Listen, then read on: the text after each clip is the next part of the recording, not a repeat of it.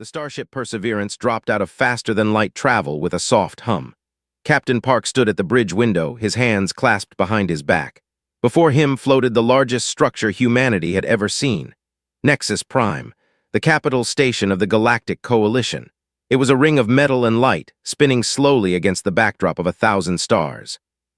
"We made it," whispered Lieutenant from her science station. Her eyes were wide with wonder. 200 years of dreaming, and we finally made it. Sergeant stood near the door, his face showing no emotion. He had fought in 3 wars on Earth. He had seen empires rise and fall, but even he felt small looking at that station. "Stay focused," Captain Park said calmly. "We are here to make friends, not to stare." The Perseverance was Earth's finest ship. It had taken 30 years to build. Every nation on Earth had contributed something. It was humanity's pride and joy. But as they approached Nexus Prime, they saw alien vessels that made their ship look like a toy. Massive cruisers covered in strange symbols. Elegant craft that seemed to swim through space like fish. Ships made of crystal, ships made of living flesh, ships that hurt the eyes to look at. "Their smallest transport is bigger than our entire fleet," muttered. "Size is not everything," Park replied, but even he felt doubt creeping into his heart. They docked at a port designed for service vehicles. It was the only one small enough for their ship. A group of aliens waited for them in the hangar. The aliens were tall and thin, with shiny blue shells covering their bodies like armor. Their heads were smooth, with large black eyes that reflected everything like mirrors. These were the most powerful species in the Coalition. Ambassador walked at the front of the human group. She was a small woman with gray hair and sharp eyes. She had spent 40 years preparing for this moment. She bowed politely to the aliens. "On behalf of Earth and all humanity, we thank you for receiving us," she said through the translation device on her collar. The lead made a sound that might have been laughter. His translator turned it into words. "How charming. The short-lived ones have learned to speak." Kept her smile fixed on her face. "We hope to learn much more. We wish to join the Coalition as equal partners." This time all the laughed. It was not a kind sound. "Equal partners," the leader repeated. "You live for what, 80 rotations, 90 if you are lucky. I have furniture older than your entire species. Equal partners, how delightful." They were led through the station like children on a school trip. The guide pointed at things and explained them in simple words as if talking to bobbies. Other aliens stopped to stare at the humans. Some took pictures, some whispered to each other and laughed. "Look at them," a creature with 6 arms said loudly. "They still use metal ships. Metal, how do they survive?" "I heard they still die from diseases," another alien replied. "Their bodies cannot even repair themselves." "Disgusting," the first one agreed. Lieutenant walked close to Captain Park. "They are treating us like animals in a zoo," she whispered. "Smile and wave," Park replied quietly. "We need their technology, we need their knowledge, we can survive a little embarrassment." The Coalition Council meeting was held in a great chamber at the heart of Nexus Prime. Representatives from 47 species sat in floating chairs arranged in a circle. The humans were given seats at the very back, behind a pillar where they could barely see. High Arbiter, the leader of the and ruler of the Coalition, stood at the center. He was ancient beyond human understanding. He had ruled for longer than humans had existed. "We have a small matter to address," he announced. "The species called humans has requested membership in our coalition." A wave of amused sounds rippled through the chamber. "They are from a small planet in a quiet corner of the galaxy," continued. "They have only recently discovered faster-than-light travel. They live very short lives. They are fragile. They fight among themselves constantly. They have no telepathy, no natural weapons, no special abilities of any kind." He paused, and his black eyes seemed to smile. "In short, they are the most unremarkable species we have encountered in 10,000 years." More laughter. Ambassador stood up from her seat. "May I speak?" she asked. Waved a thin arm, "If you must." Walked to the center of the chamber. She was tiny compared to the aliens around her, but she stood straight and proud. "You are right," she began. "We are young, we are fragile, we die quickly, but you are wrong about one thing, we are not unremarkable." The laughter faded slightly. The aliens watched her with curiosity. "In our short history, we have gone from caves to starships. We have split the atom. We have mapped our own genes. We have cured diseases that killed millions. We have done all this in a few thousand years. What could we do with a few thousand more? She looked around the chamber, meeting the eyes of species that had existed for millions of years. You see our short lives as a weakness. We see them as a fire that burns inside us. We do not have time to wait. We do not have time to be careful. We must run while others walk. We must dream while others sleep. Give us a chance, and we will show you what a young species can do. For a moment, the chamber was silent. Then High Arbiter began to clap, slowly and mockingly. "What a lovely speech," he said. "So full of passion, so full of hope. It almost makes me forget that your species was still living in mud huts when my grandfather was born." The laughter returned, louder than before. "We will grant you observer status," announced. "You may watch, you may learn. Perhaps in a few thousand years, if you survive, we will discuss membership again." The humans returned to their ship in silence. The crew of the Perseverance gathered in the mess hall, their faces dark with anger and shame. "They treated us like insects," growled. "I wanted to break that blue bastard's face." "That would not help," said sadly. "They are right in a way. We are primitive compared to them." Captain Park stood up. Everyone looked at him. "They laughed at us today," he said quietly. "They called us short-lived. They called us weak. They called us unremarkable." He looked at each of his crew members. "Remember this feeling. Remember this day, because one day the galaxy will need us. And when that day comes, we will answer. Not for revenge, not for pride, but because that is who we are." He walked toward the door and paused. "Let them laugh. History remembers those who endure. 3 years passed like water through fingers. Humanity remained at the bottom of the galactic ladder.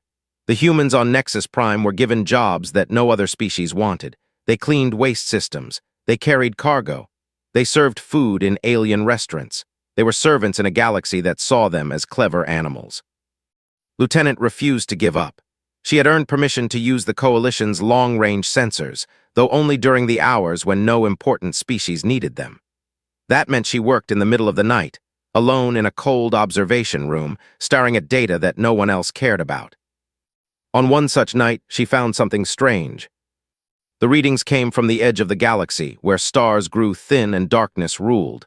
There were energy patterns there, patterns that did not match anything in the Coalition's database, patterns that were moving. "That cannot be right," she whispered to herself. She checked the equipment. She ran the numbers again. The result was the same. Something was out there, something big, something coming closer. Brought her findings to her supervisor, a scientist named. He barely looked at her data. "Human error," he said dismissively. "Your species is not capable of understanding our instruments properly. The readings are meaningless." "But if you just look at the pattern—" "I said no," turned his back to her. "Go back to your cleaning duties. Leave science to species that can handle it." Did not go back to cleaning. Instead, she secretly the data and sent it to someone she trusted. Doctor was one of the few humans allowed to study at Coalition universities. She was quiet and careful with eyes that noticed everything. The Coalition thought she was harmless. They were wrong. Studied the data for 3 days without sleep. When she finally contacted, her face was pale. "You were right," said.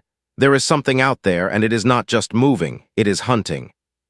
The two women met in secret, in a storage room deep in the station where no aliens bothered to go. Spread her calculations across a metal table. "The Coalition's sensors are old," she explained. "They have not been updated for 50,000 years. Why would they be? The Coalition has not faced a real threat in that long, but I modified our human equipment to look deeper. What I found scared me." She pointed at a map of the galaxy's edge. 3 star systems have gone silent in the past decade. The Coalition thinks it is equipment failure. It is not. Something consumed them. Something is eating its way toward the center of the galaxy, and it is getting faster. Felt cold, how long do we have?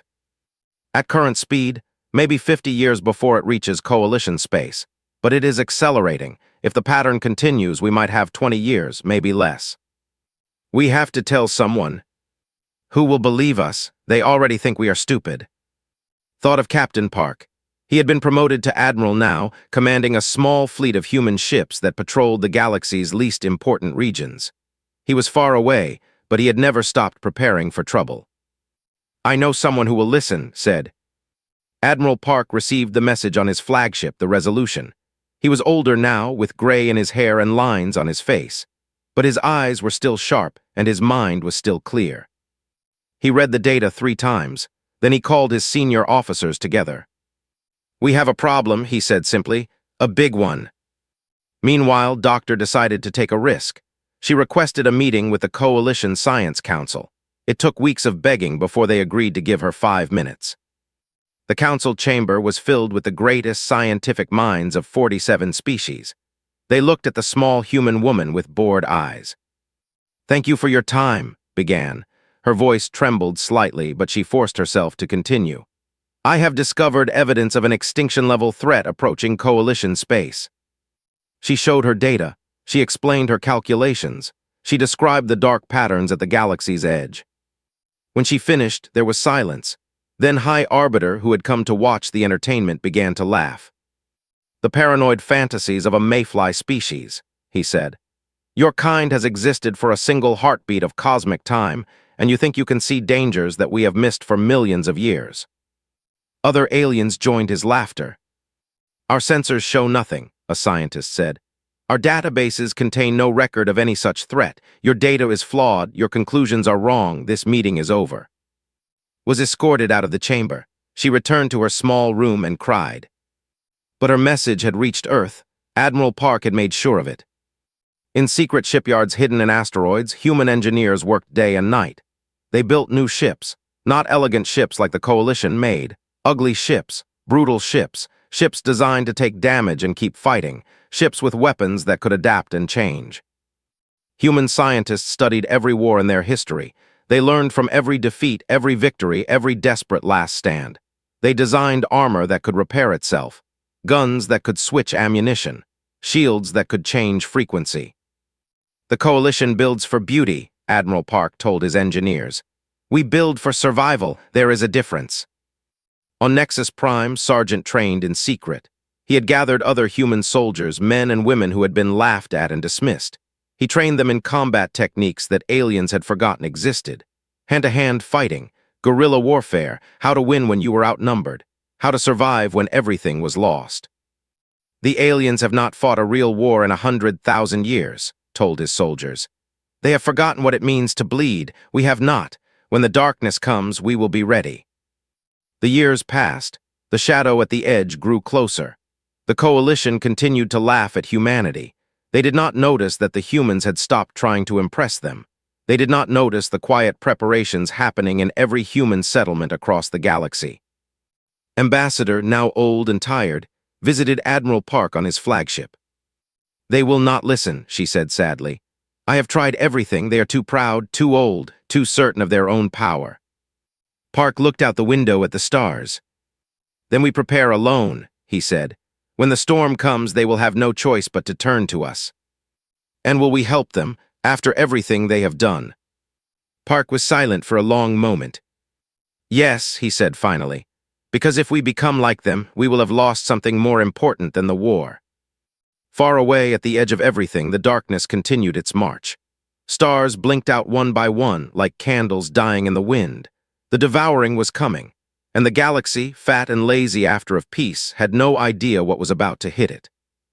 But humanity knew, and humanity was getting ready. The first attack came without warning. One moment the colony on distant Star 7 was sending routine reports. The next moment there was only silence. Then came the distress signals from nearby systems. Then the screaming. High Arbiter stood in the Coalition command center, watching his empire burn. Screens showed images that made no sense. Black shapes moving through space like living shadows. Ships that seemed made of darkness itself. Weapons that did not fire but simply erased matter from existence. "How is this possible?" demanded. "Our fleet is the most powerful in the galaxy." The fleet was indeed powerful. Beautiful warships with golden hulls. Elegant weapons that had destroyed enemies 100,000 years ago. But those enemies had followed rules. They had fought in ways that made sense. The devouring followed no rules. The Coalition's magnificent fleet engaged the enemy at the barrier stars. It was the largest military force assembled in living memory. 10,000 ships from 20 species, commanded by admirals with centuries of experience. The battle lasted 6 hours. When it was over, the coalition had lost 8,000 ships. The devouring had lost nothing. Its black form simply absorbed the energy weapons, grew stronger, and continued forward. Nothing stopped them, nothing slowed them. Nexus Prime fell into chaos. Species that had lived in peace suddenly remembered old hatreds. Fights broke out in the corridors. Ships fled in all directions. The Great Alliance was crumbling like sand in water. In the middle of this madness, Admiral Park contacted the coalition. "You laughed at us," he said calmly. "You called us primitives. You said we were too young, too weak, too stupid to matter." Stared at the human's face on the screen. For the first time in his ancient life, he had no clever reply. "But unlike you," Park continued, "we never stopped preparing for the worst, we never forgot how to fight, and we never assumed we were safe." Behind Park, the human fleet emerged from hiding. It was smaller than the coalition's forces. The ships were ugly and brutal, covered in weapons and armor.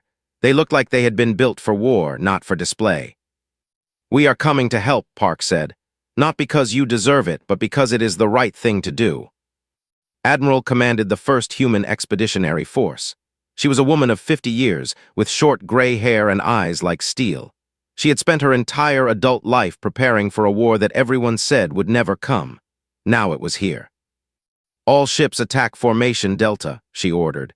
"Remember your training. The enemy adapts, so we adapt faster. Hit them with everything, and when that does not work, hit them with something new." The human ships moved differently than coalition vessels. They did not fly in beautiful formations. They scattered and regrouped, attacked and retreated, like wolves hunting a bear. Their weapons changed frequencies randomly, never giving the enemy time to adapt. The devouring paused. For the first time, it faced something unexpected. Private Moon was 19 years old. He had joined the military because he wanted to see the stars. He had not expected to see them while firing weapons at things from nightmares. His hands shook on the controls of his fighter. Around him, other young pilots were dying. He heard their screams through the radio before the signals cut off. "Hold the line," Sergeant's voice roared through the communication system. The old warrior was leading a squadron of heavy fighters, diving straight into the enemy formation. "They want us to run, show them what humans are made of." Watched as squadron crashed into the dark shapes. Explosions lit up space like fireworks. For a moment, the enemy fell back. "They can be hurt," whispered. "They can actually be hurt." He gripped his controls and flew forward. The battle raged for 3 days. Human ships were destroyed by the dozens, but they kept coming. When one tactic failed, they tried another. When their weapons were countered, they switched to different weapons. When their shields fell, they rammed their ships into the enemy. The devouring had consumed 1,000 worlds without resistance. It had never encountered anything like this. These tiny creatures, these short-lived beings, refused to die quietly. They fought with a fury that seemed impossible for such fragile things. On the 3rd day, the devouring retreated. It was not a victory. The humans had lost half their fleet. Thousands were dead. But they had done what the coalition could not. They had made the enemy hesitate. Admiral stood on her damaged bridge, surrounded by wounded crew members. Through the cracked windows, she watched the dark shapes pull back toward the edge of the galaxy. "They will return," she said quietly. "Stronger, smarter, we bought time, nothing more." "How much time?" asked her first officer. "Enough to teach the others how to fight." On Nexus Prime, the survivors watched the battle recordings in stunned silence. The species that had mocked humanity saw human pilots flying their ships into certain death. They saw human soldiers holding positions until they were literally torn apart. They saw a fleet of ugly ships do what 10,000 beautiful vessels could not. High Arbiter sat alone in his chamber, watching the footage over and over.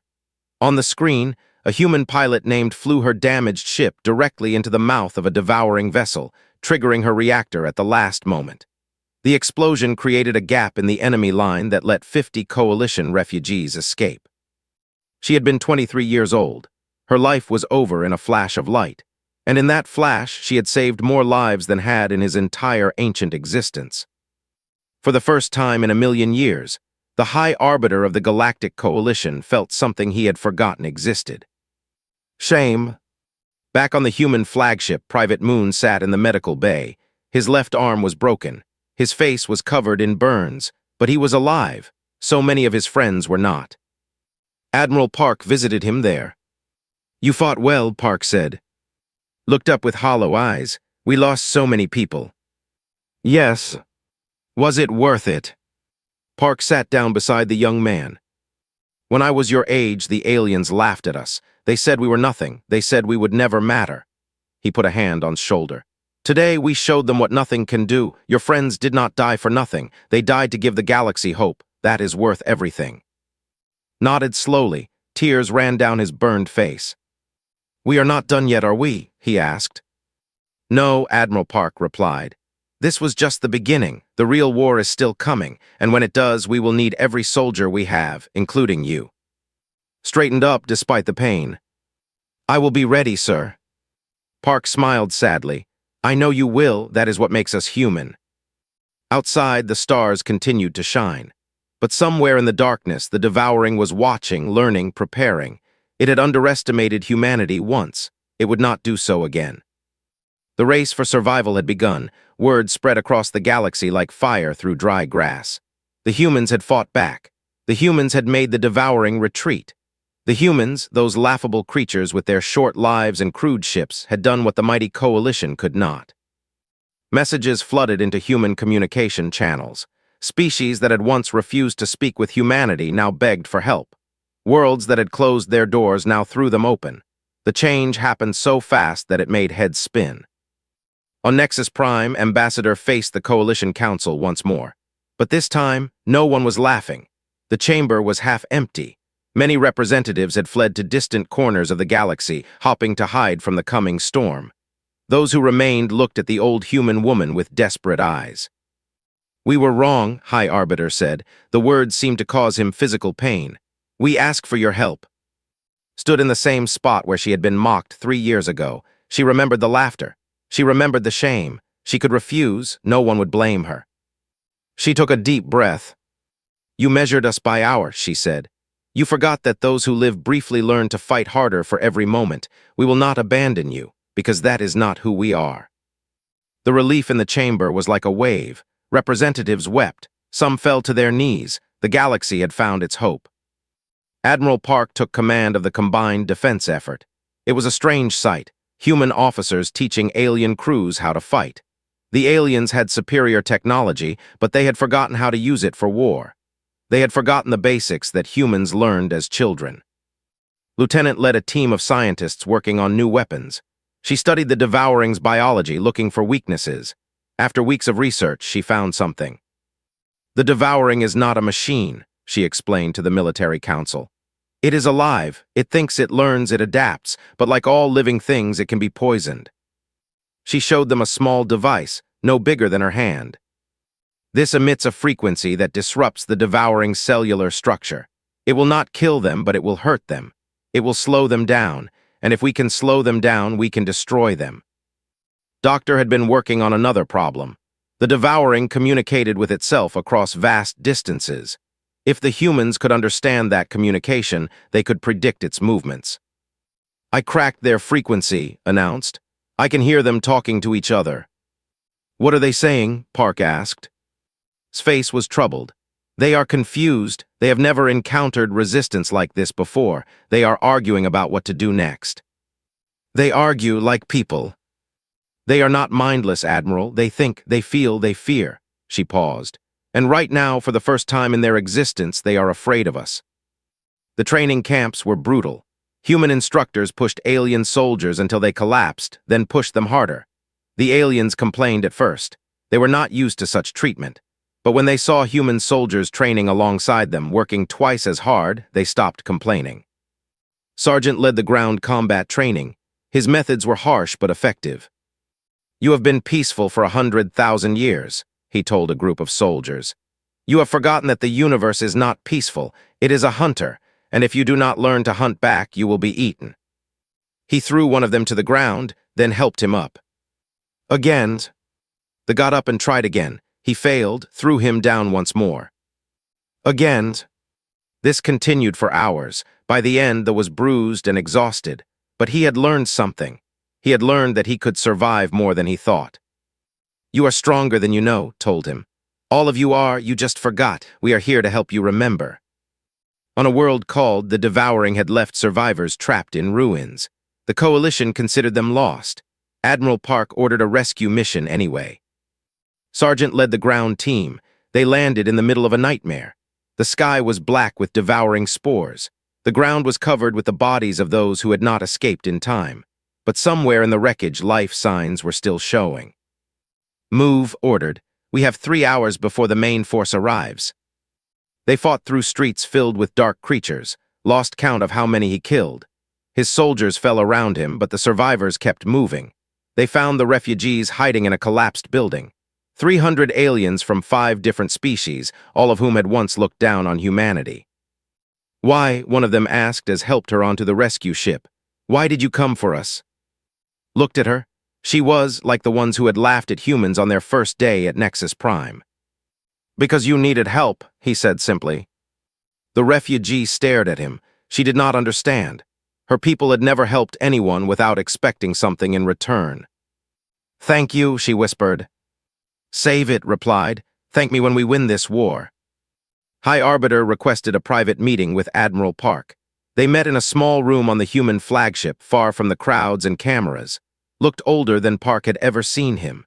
The ancient alien seemed to have shrunk, his shell losing its shine. "I have ruled for longer than your species has existed," said quietly. "I have seen empires rise and fall. I thought I understood power." He looked at the human admiral with his dark mirror eyes. "I was wrong. We grew soft. We grew proud. We assumed our technology would protect us forever. We stopped fighting. We stopped struggling. We became exactly what we accused you of being, weak." Park said nothing. He let the alien continue. "How do you do it?" asked. "How do you keep fighting when everything seems lost, when you know you will die before you see victory?"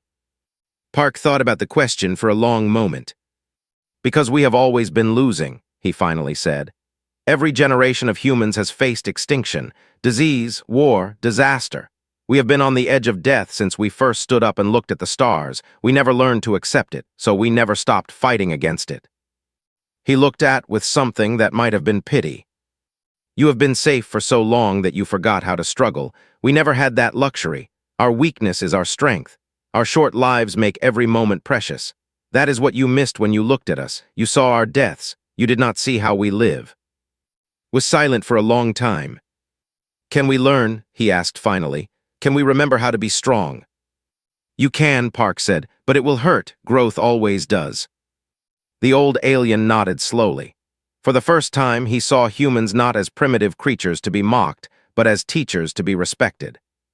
"Then teach us," said. "Help us remember what we have forgotten." Park extended his hand.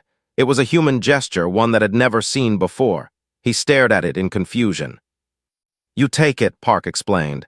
"And you shake, it means we agree, it means we are partners." Slowly, carefully, reached out and took the human's hand. His grip was weak, uncertain, but it was a start. "Partners," repeated. "Partners," Park agreed. Outside, the stars were still burning, but now they burned with hope. The final battle came on a cold morning in the void between stars. The Devouring had gathered its full strength, pulling back from conquered worlds to form a single massive force.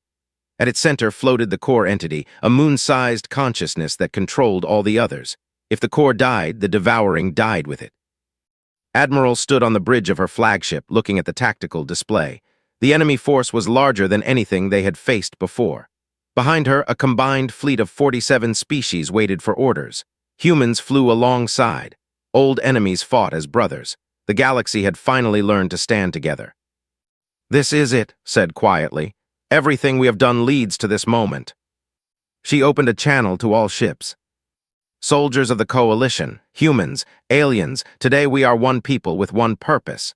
The enemy thinks we are afraid. Let us show them what free beings can do when they choose to fight."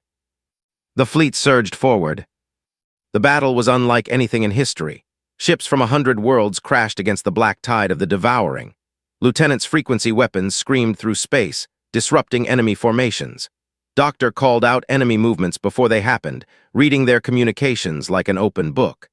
Admiral Park coordinated the entire assault from his command ship, moving forces like pieces on a chessboard.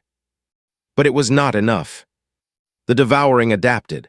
It learned from every attack, countered every strategy. Ships fell by the hundreds. The combined fleet was being pushed back. "We cannot break through," reported to Park. "There are too many of them." Park stared at the display. He saw his people dying. He saw aliens dying alongside them. He saw hope fading with every passing minute. Then he made a decision. "I am taking a strike team to the core," he announced. "While the fleet keeps them busy, we will deliver a killing blow from inside." His face went pale. "That is a suicide mission." "Probably, but if we do nothing, we all die anyway." He called for volunteers. His entire crew stepped forward. He chose only 3, Lieutenant for her scientific knowledge, Doctor for her understanding of the enemy, and Sergeant for his unbreakable will. "You do not have to do this," Park told them. Smiled, "We have come too far to stop now." Nodded, "I want to see this through." Simply checked his weapons, less talking, more flying. Their small ship slipped through the chaos of battle, diving into the heart of the enemy formation. The devouring smaller forms tried to stop them, but its guns cleared a path. They punched through the outer membrane of the core entity and found themselves in a nightmare. The inside of the core was like a living maze. Walls pulsed with dark energy. Shapes moved in the shadows. The air itself seemed hungry. "The central consciousness is ahead," said, reading her scanner. "If we can reach it and deploy weapon, we can end this." They moved forward, fighting every step. Took the lead, his old body moving with the grace of a much younger man. He had been waiting his whole life for a fight like this. Every scar on his face told a story. Every scar on his soul had prepared him for this moment. They reached the center chamber. What they found there stopped them cold. The consciousness of the devouring floated before them, a mass of darkness and light that hurt to look at directly. But as they stared, they realized something. It was not attacking. It was waiting. Scientific instruments showed something unexpected. "It is dying," she whispered. "The devouring is dying. It has been dying for millions of years. That is why it consumes. It is trying to survive." Listen to the entity's communications, her face growing pale. "It is not evil," she said. "It is afraid. It came from another galaxy, the last survivor of its kind. It consumes because it does not know any other way to live. It is terrified of death." Park looked at the creature. He thought about all the worlds it had destroyed, all the people it had killed. He thought about his friends who had died fighting it. He felt the weapon in his hands, ready to end the threat forever. But he also saw something else. He saw a being in pain, a being that had been running from death for longer than humanity had existed, a being that had never known kindness, only hunger and fear. "Can we communicate with it?" he asked. Worked quickly. After a moment, she nodded. "I have established a link. It can understand us." Park stepped forward. "We know you are afraid," he said. "We know you are dying. We know you have been alone for so long that you forgot any other way to exist." The darkness shifted. Something like attention focused on him. "But we are not your enemy. We could be your friends if you let us. We could help you find another way, a way that does not require death." The entity's response came as feelings rather than words. Confusion, doubt, a tiny spark of hope buried under millions of years of despair. "Do not trust it," growled. "It has killed billions." "So have we," Park replied. "Humans have killed each other since we first learned to pick up rocks, but we learned to be better. We learned to choose peace. If we can change, maybe it can too." He reached out his hand toward the entity, just as he had reached out too. "Choose," he said. "Die fighting or live helping. The decision is yours." For a long moment, nothing happened. The battle raged outside, ships died, time was running out. Then moved. He had spent his life protecting his people. He had watched too many friends die because of this creature. He could not take the risk that Park was wrong. He pushed past Park and triggered the weapon. "No," Park shouted, but it was too late. The explosion tore through the core entity, was consumed instantly, his body erased in a flash of light. The consciousness screamed, not in anger but in something like sorrow. It had been about to choose. It had been about to try. Now it was too late. The devouring collapsed. Without the core, the smaller forms lost their purpose and drifted apart. The battle was over. The galaxy was saved. But Park did not feel victorious. He knelt where had been standing, staring at the empty space where his friend had been. "He did not have to do that," Park whispered. "We could have found another way." Put a hand on his shoulder. He was afraid too, just like the creature. He could not take the chance. Does that make it right? No, but it makes him human.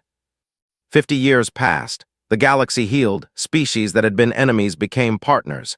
Technology was shared freely. The coalition became something new, something better, with humans at its heart. On Nexus Prime, a great monument was unveiled. The monument to the fallen. Every species that had lost people in the war was represented. Human names stood beside names. Old hatreds were buried with old heroes. Ambassador, now ancient and frail, gave the dedication speech. It was short. They laughed at us once, she said. They called us short-lived. They said we did not matter. But when darkness came, we stood together. Human and alien, young and old, weak and strong. We proved that courage is not measured in years. It is measured in choices. She looked at the names carved in stone. These people chose to be brave. Let us choose to remember them. A young child tugged at her parent's arm. Why do the humans have the biggest section? She asked. Her parent knelt beside her. Because when the galaxy laughed at them, they chose to save us anyway. Far away on a small blue planet called Earth, an old man visited a grave. Admiral Park was 92 years old. His hair was white. His hands shook. But he still walked straight, still held his head high. The grave was simple, a name, a date, and a flag. Sergeant Hero. Park placed a coalition medal beside the Korean flag that already rested there. They finally stopped laughing, old friend, he said quietly. They finally understand. He looked up at the sky. The stars were bright tonight, brighter than they had been in his childhood. Ships moved between them, carrying people of all species to all corners of the galaxy. A galaxy that was free because of people like. I still think about that moment, Park continued. I wonder what would have happened if you had waited, if the creature had chosen differently, if we had found another way. He sighed. But I also know you. You were always the one who charged in first, the one who protected everyone else. You could not change who you were, even at the end. A breeze stirred the grass around the grave. Rest well, my friend. We will take it from here. Park walked slowly back to his home, where his were waiting. They were young and full of questions about the war, about the aliens, about the heroes who had saved the galaxy. He told them stories. He told them about courage and brilliance. He told them about leadership and dignity. He told them about the laughing aliens who learned to respect humans. And he told them about the man who had been angry and afraid and brave all at once. The man who had given everything, even when another choice might have been possible. Was he a hero? His youngest grandchild asked. Park thought for a long moment. He was human, he said finally, and sometimes that is the most heroic thing of all. Outside, the stars continued to shine, and somewhere out there, carried on light and memory, the spirits of the fallen watched over the galaxy they had died to save. The humans had been a joke. Now they were a legend, and legends never truly die.